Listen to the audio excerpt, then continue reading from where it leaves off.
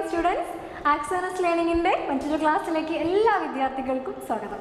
അപ്പോൾ നമ്മുടെ ക്ലാസ്സിലൊക്കെ കണ്ട് വളരെ കൃത്യമായിട്ട് എല്ലാവരും പഠിച്ചു തുടങ്ങി അല്ലേ, എക്സാംസിനൊക്കെ വളരെ ഇഷ്ടപ്പെട്ട് തുടങ്ങി, ടെൻഷനൊക്കെ കുറച്ചൊക്കെ പോയി തുടങ്ങി അല്ലേ. അപ്പോൾ നമ്മൾ കഴിഞ്ഞ ക്ലാസ്സിൽ നമ്മുടെ 2025 ഏപ്രിൽ ബാച്ചിൻ്റെ ക്വസ്റ്റ്യൻ പേപ്പറാണ് ഡിസ്കസ് ചെയ്തിട്ടുണ്ടായിരുന്നത്. അതിൽ 1 മുതൽ 20 വരെയുള്ള ക്വസ്റ്റ്യൻസ് അല്ലെ, ഫസ്റ്റ് സെക്ഷൻ നമ്മൾ ഡിസ്കസ് ചെയ്ത് കഴിഞ്ഞു. 1 മുതലുള്ള 20 ചോദ്യങ്ങൾ എങ്ങനെയാണ്, അത് എല്ലാ യൂണിറ്റുകളിലൂടെയും നമ്മളൊന്ന് കടന്നു പോയല്ലോ. ഓക്കെ, അപ്പോൾ അടുത്ത സെക്ഷനിലേക്ക് കടക്കുന്ന സമയത്ത് ഒന്ന് നോക്കിയ എല്ലാവരും, ഏതെങ്കിലും 5 എണ്ണത്തിന് ഒറ്റ വാക്കിൽ ഉത്തരം എഴുതുക, 1 മാർക്ക് വീതം. ഓക്കെ, അപ്പോൾ നമ്മുടെ രണ്ടാമത്തെ സെക്ഷൻ എന്ന് പറയുന്നത് നമുക്ക് 1 വേർഡ് ക്വസ്റ്റ്യൻ ആണ്. നമ്മൾ ഒരൊറ്റ വാക്കിൽ എന്താണോ ക്വസ്റ്റ്യൻ അതിന് നമ്മൾ ഉത്തരം എഴുതുക അല്ലേ. അപ്പോൾ ഓക്കെ, ഈ ഒരു സെക്ഷനിൽ നമുക്ക് എത്ര മാർക്കാണ് കിട്ടുന്നത്? 5 മാർക്കാണ് ഈ ഒരു സെക്ഷനിൽ നമുക്ക് കിട്ടാൻ പോകുന്നത്. വളരെ ഈസി ആയിട്ടുള്ള ക്വസ്റ്റ്യൻ ആണ്, നേരിട്ടുള്ള ക്വസ്റ്റ്യൻ ആണ്. നേരിട്ടൊന്ന് ക്വസ്റ്റ്യൻ വായിക്കുക, ആൻസർ എഴുതുക, അത്രേ വരുന്നുള്ളൂ. ഓക്കെ, അപ്പോൾ ഓരോ ക്വസ്റ്റ്യനും നിങ്ങൾക്ക് ഡൗട്ട് ഉണ്ടെങ്കിൽ സ്കിപ്പ് ചെയ്യാതിരിക്കരുത് അല്ലേ, സ്കിപ്പ് ചെയ്ത് പോകരുത്, ഒരിക്കലും അങ്ങനെ ചെയ്യരുത്. കൃത്യമായിട്ട് വായിച്ച് നോക്കാം.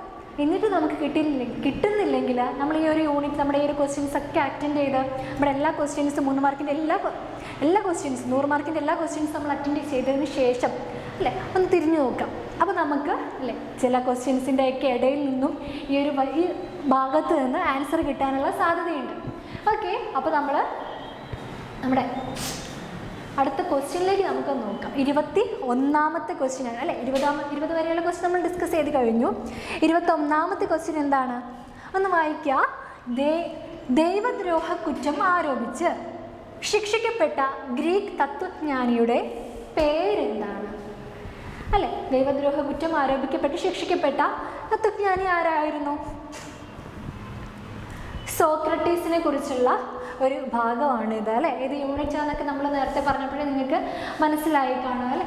അപ്പോൾ എന്താണ് കലയും ജീവിതം എന്ന് പറയുന്ന ഭാഗത്ത് നിന്ന് വന്നിട്ടുള്ളതാണ്. അപ്പോൾ ആ ഒരു ഭാഗം വായിക്കുന്ന സമയത്ത് ഈ ഒരു സോക്രട്ടീസിൻ്റെ പേര് വളരെ കൃത്യമായിട്ട് നമുക്ക് കൊടുത്തിട്ടുണ്ട്. അപ്പോൾ അത് വായിക്കുമ്പോൾ നമുക്ക് കൃത്യമായിട്ട് മനസ്സിലാക്കാൻ പറ്റുന്നതല്ലേ ഉള്ളൂ. അതെ, അപ്പോൾ 21ാമത്തെ ക്വസ്റ്റ്യൻ്റെ ആൻസർ എന്ന് പറയുന്നത് എന്താണോ? സോക്രട്ടീസ് ആണ് 21ാമത്തെ ക്വസ്റ്റ്യൻ്റെ ആൻസറായിട്ട് വരുന്നത്. ഓക്കെ ആണ് എന്ന് വിചാരിക്കുന്നു. ദൈവദ്രോഹ കുറ്റം ആരോപിച്ച് ശിക്ഷിക്കപ്പെട്ട ഗ്രീക്ക് തത്വജ്ഞാനിയുടെ പേരാണ് സോക്രട്ടീസ് എന്നുള്ളത്. അപ്പോൾ കൃത്യമായിട്ട് മനസ്സിലാക്കുക, മാറിപ്പോരുത് കേട്ടോ. ഓക്കെ, അപ്പോൾ അടുത്ത ക്വസ്റ്റ്യനിലേക്ക് കടക്കാം. നഷ്ടബോധത്തിൻ്റെ സങ്കീർത്തനം എന്ന് വിശേഷിപ്പിക്കാവുന്ന ലേഖനം ഏത്? നഷ്ടബോധത്തിൻ്റെ സങ്കീർത്തനം എന്ന് വിശേഷിപ്പിക്കാവുന്ന നോവൽ ഏതായിരിക്കും അല്ലേ? നമുക്കറിയാം ഏതായിരിക്കും. ഇവിടെ കണ്ണാന്തളി പൂക്കളുടെ കാലം എന്നാണ് നമ്മുടെ ഇത് നഷ്ടബോധത്തിനെ കുറിച്ച് പറയും. നമ്മൾ നേരത്തെ 20 വരെയുള്ള ക്വസ്റ്റ്യൻസ് പറഞ്ഞപ്പോൾ നമ്മൾ പറഞ്ഞു അല്ലേ, പാരമ്പര്യങ്ങളൊക്കെ നഷ്ടപ്പെട്ട അല്ലേ, തൻ്റെ ആ ഒരു ജീവിത രീതിയും ഒരുപാട് കാലം കഴിഞ്ഞ് തിരിച്ചെത്തുമ്പോൾ ആ കണ്ണാന്തളി പൂക്കൾ തൻ്റെ പറമ്പിലൊക്കെ കാണാൻ പറ്റുന്നുണ്ടോ? ഇല്ല, കാണാൻ പറ്റുന്നില്ല. അപ്പോൾ ഒരു വ്യക്തി നമ്മൾ കഥയിൽ പറയുന്നുണ്ട്, നിങ്ങൾ ഓർക്കണം. ഒരു ചെറിയൊരു മൺചട്ടിയിൽ കണ്ണാന്തളി പൂക്കളെ അല്ലേ ഒരു തൈ എടുത്ത് കുഴിച്ചിട്ടിട്ടുണ്ട് അല്ലേ. അത് മാത്രമാണ് നമ്മൾ പാരമ്പര്യങ്ങളിലേക്ക് തിരിഞ്ഞു നോക്കുമ്പോൾ ഇതിവിടെ ഉണ്ടായിരുന്നു എന്ന് പറയത്തക്കവണ്ണം ലഭിച്ചിട്ടുള്ളത്. അതിൽ തന്നെ ഒരു പൂവ് വിരിഞ്ഞു നിൽക്കുന്നുണ്ട്, അതിൽ തന്നെ ആ ഒരു പൂവിന് ആ പഴയ ആ ഒരു ഉഷാറൊന്നും ഇല്ല എന്നൊക്കെ പറയുന്ന ഒരു സന്ദർഭം നമ്മൾ കണ്ണാന്തളി പൂക്കളുടെ കാലം എന്ന് പറയുന്ന യൂണിറ്റ് നമുക്ക് കാണാൻ പറ്റും അല്ലേ.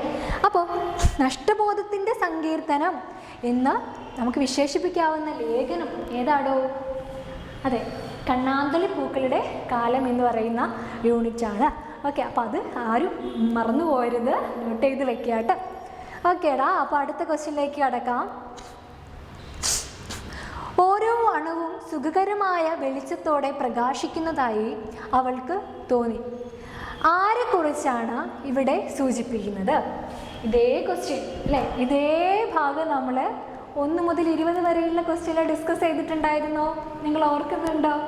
അതെ, അപ്പോൾ അതാണ് ഞാൻ പറഞ്ഞത്. നമ്മളിപ്പോൾ ഏതെങ്കിലും ഒരു ക്വസ്റ്റ്യൻ കിട്ടുന്നില്ല എന്ന് വെച്ചാൽ എനിക്കിതറിയില്ല എന്ന് വെച്ചിട്ട് അത് റൗണ്ട് ചെയ്തിട്ട് എഴുതാതെ പോവരുത്. ഓക്കെ, അപ്പോൾ ഏത് യൂണിറ്റിൽ നിന്നാണിത്? നമുക്ക് ഏത് യൂണിറ്റിൽ നിന്നാണ് ജസ്റ്റ് വിടാൻ പോകുന്നത്?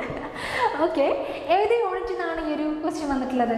അല്ലേ, ബഷീറിൻ്റെ എൻ്റെ ഉപ്പൂപ്പാക്ക് ഒരു ആന ഉണ്ടായിരുന്നു എന്ന് പറയുന്ന യൂണിറ്റിൽ നിന്നാണ് ഈ ഒരു ക്വസ്റ്റ്യൻ വന്നിട്ടുള്ളത്. അപ്പോൾ ഇതിൽ ഓരോ അണുവും സുഖകരമായ വെളിച്ചത്തോടെ പ്രകാശിക്കുന്നതായി അവൾക്ക് തോന്നി. ആർക്കാ തോന്നിയത്? അല്ലേ, കുഞ്ഞുപ്പാത്തുമ്മയ്ക്കാണ് ഇവിടെ ഇങ്ങനെയൊരു അനുഭൂതി ഉണ്ടായത്. ഇത് ഏത് സന്ദർഭമാണ് എന്നൊക്കെ നമ്മൾ കഴിഞ്ഞ ക്ലാസ്സിൽ പറഞ്ഞു അല്ലേ. കുരുവിയെ പിടിക്കാൻ പോയ സന്ദർഭം ഓർക്കുന്നുണ്ടല്ലോ അല്ലേ.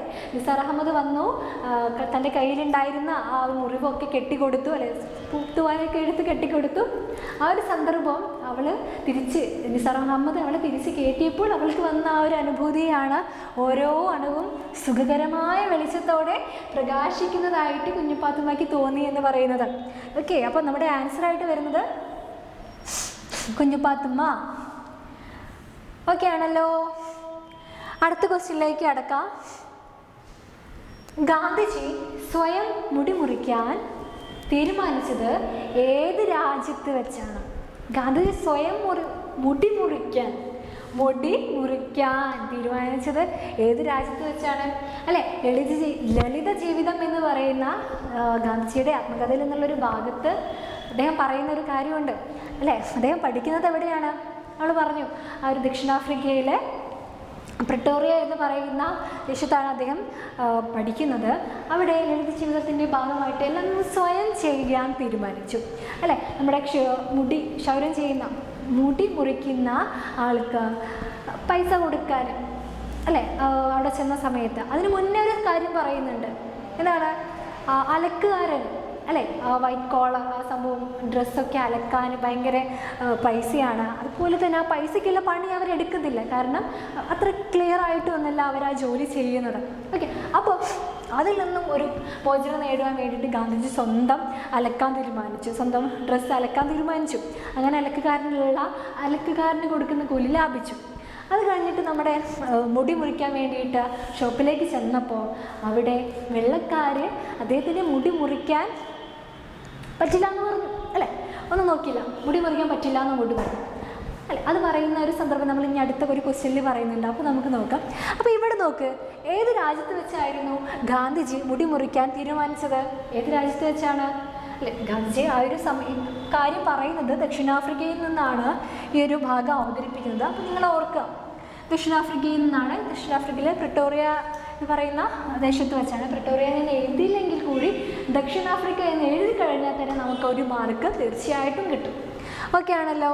അപ്പോൾ ക്ലിയറായി എന്ന് തോന്നുന്നു. അടുത്ത ക്വസ്റ്റ്യൻ, കഥയ്ക്ക് ജീവൻ നൽകുന്ന ഘടകം ഏതെന്നാണ് ലേഖകൻ സൂചിപ്പിക്കുന്നത്? കഥയ്ക്ക് ജീവൻ നൽകുന്ന ഘടകം ഏതെന്നാണ്? കലയും കഥാപാത്രം എന്ന് പറയുന്ന കലയും കാലവും എന്ന് പറയുന്ന ഒരു യൂണിറ്റിൽ പറയുന്ന ഒരു ഭാഗമുണ്ട്. അതൊന്ന് നിങ്ങൾ ജസ്റ്റ് ഒന്ന് വായിക്കുക. അത് വായിക്കുമ്പോഴേ നമുക്ക് കാര്യം പിടികിട്ടും. ഓക്കെ, അപ്പോൾ ഒന്ന് നോക്കുക കേട്ടോ, എല്ലാവരും ഒന്ന് കൃത്യമായിട്ട് ആ യൂണിറ്റൊക്കെ വായിക്കുക. അല്ലെ, കഥയ്ക്ക് ജീവൻ നൽകുന്ന ഘടകം, അത് ഇനിയിപ്പോൾ നിങ്ങൾ യൂണിറ്റ് വായിച്ചില്ല എന്തായിരിക്കും? ഒരു കഥാപാത്രമില്ലാതെ ഒരു കഥ നടന്നു പോവുമോ, മുന്നോട്ട് പോവുമോ? ഇല്ല. ഒരു കഥയ്ക്ക് അതിന് ജീവൻ നൽകണമെങ്കിൽ ചിലപ്പോൾ നമുക്ക് പ്രകൃതിയും ഒക്കെ വർണ്ണിച്ചുകൊണ്ട്, പ്രകൃതിയുടെ കാര്യങ്ങളും ഒക്കെ വർണ്ണിച്ചുകൊണ്ടൊക്കെ, പക്ഷേ കഥയിലേക്ക് ജീവൻ നൽകുന്ന ഘടകം എന്ന് പറയുന്നത് തീർച്ചയായിട്ടും കഥാപാത്രമാണ്. അതിലെ കഥാപാത്രങ്ങളാണ് ആ ഒരു കഥയെ മുന്നോട്ട് കൊണ്ടുപോകുന്നത് കേട്ടോ. അപ്പോൾ അതൊക്കെ ഒന്ന് ഓർക്കുക. ഓക്കെ ആണല്ലോ. അപ്പോൾ ഇവിടെ നമ്മൾ രണ്ടാമത്തെ സെക്ഷനിൽ വന്നിട്ടുള്ള 5 ക്വസ്റ്റ്യൻസ് നമ്മളോട് ഇവിടെ ഡിസ്കസ് ചെയ്ത് കഴിഞ്ഞിട്ടുണ്ട്. ഈ 5 ക്വസ്റ്റ്യൻസ് എല്ലാവർക്കും ഓക്കെ ആണ് എന്ന് വിചാരിക്കുന്നു. കഥയ്ക്ക് ജീവൻ നൽകുന്നത് ഘടകം കഥാപാത്രമാണ്. ഗാന്ധിജി സ്വയം മുറിക്കാൻ തീരുമാനിച്ചത് ദക്ഷിണാഫ്രിക്കയെ വെച്ചാണ്. ഓരോ അണുവും സുഖകരമായ വെളിച്ചത്തോടെ പ്രകാശിക്കുന്നതായി അവൾക്ക് തോന്നി. ആരെക്കുറിച്ചാണ് ഇവിടെ പറയുന്നത്? കുഞ്ഞുപാത്തുമ്മയെ കുറിച്ചാണ് പറയുന്നത്. നഷ്ടബോധത്തിൻ്റെ സങ്കീർത്തനം എന്ന് വിശേഷിപ്പിക്കാവുന്ന ലേഖനം ഏതാണ്? കണ്ണാന്തള്ളി പൂക്കളുടെ കാലം. ആ ഒരു പൂക്കളുടെ കാര്യത്തെക്കുറിച്ച് പറയുന്നുണ്ടല്ലോ. ദൈവദ്രോഹ കുറ്റം ആരോപിച്ച് ശിക്ഷിക്കപ്പെട്ട ഗ്രീക്ക് തത്വജ്ഞാനിയുടെ പേര് എന്ന് പറയുന്നത് സോക്രട്ടീസ് ആണ്. ഓക്കെ, അപ്പോൾ അതൊക്കെ ഒന്ന് കൃത്യമായിട്ട് ഇത്രയും യൂണിറ്റുകൾ നിങ്ങൾ നോട്ട് ചെയ്തിട്ടുണ്ടായിരിക്കും. ക്വസ്റ്റ്യൻസ് ഏത് ഭാഗത്തു നിന്നാണ് വന്നത് എന്ന് മനസ്സിലാക്കിയിട്ടുണ്ടായിരിക്കും. വളരെ കൃത്യമായിട്ട് നമുക്ക് 1 വേർഡ് ക്വസ്റ്റ്യൻസ് അല്ലേ രണ്ടാമത്തെ സെക്ഷനിലെയും ക്വസ്റ്റ്യൻസ് നമുക്ക് ആൻസർ ചെയ്യാൻ കഴിഞ്ഞു. അപ്പോൾ ഇവിടെ എല്ലാവരും 5 ക്വസ്റ്റ്യനും ആൻസർ ചെയ്ത് കഴിഞ്ഞപ്പോൾ നമുക്കിവിടെ 5 മാർക്ക് കിട്ടിയോ? ഈ ഒരു രണ്ടാമത്തെ സെക്ഷനിൽ നമുക്ക് 5 മാർക്ക് കിട്ടിയോ കുട്ടികളെ? അല്ലേ? വളരെ ഈസി ആയിട്ട് നമുക്ക് 5 മാർക്ക് കിട്ടി അല്ലേ? ഇങ്ങനെ നമുക്ക് 100 മാർക്ക് വാങ്ങിക്കണ്ടേ? അതെ. അപ്പോൾ നമുക്ക് അടുത്ത ക്ലാസ്സിൽ അടുത്ത 3-ാമത്തെ സെക്ഷൻ ഒന്ന് ഡിസ്കസ് ചെയ്യാം.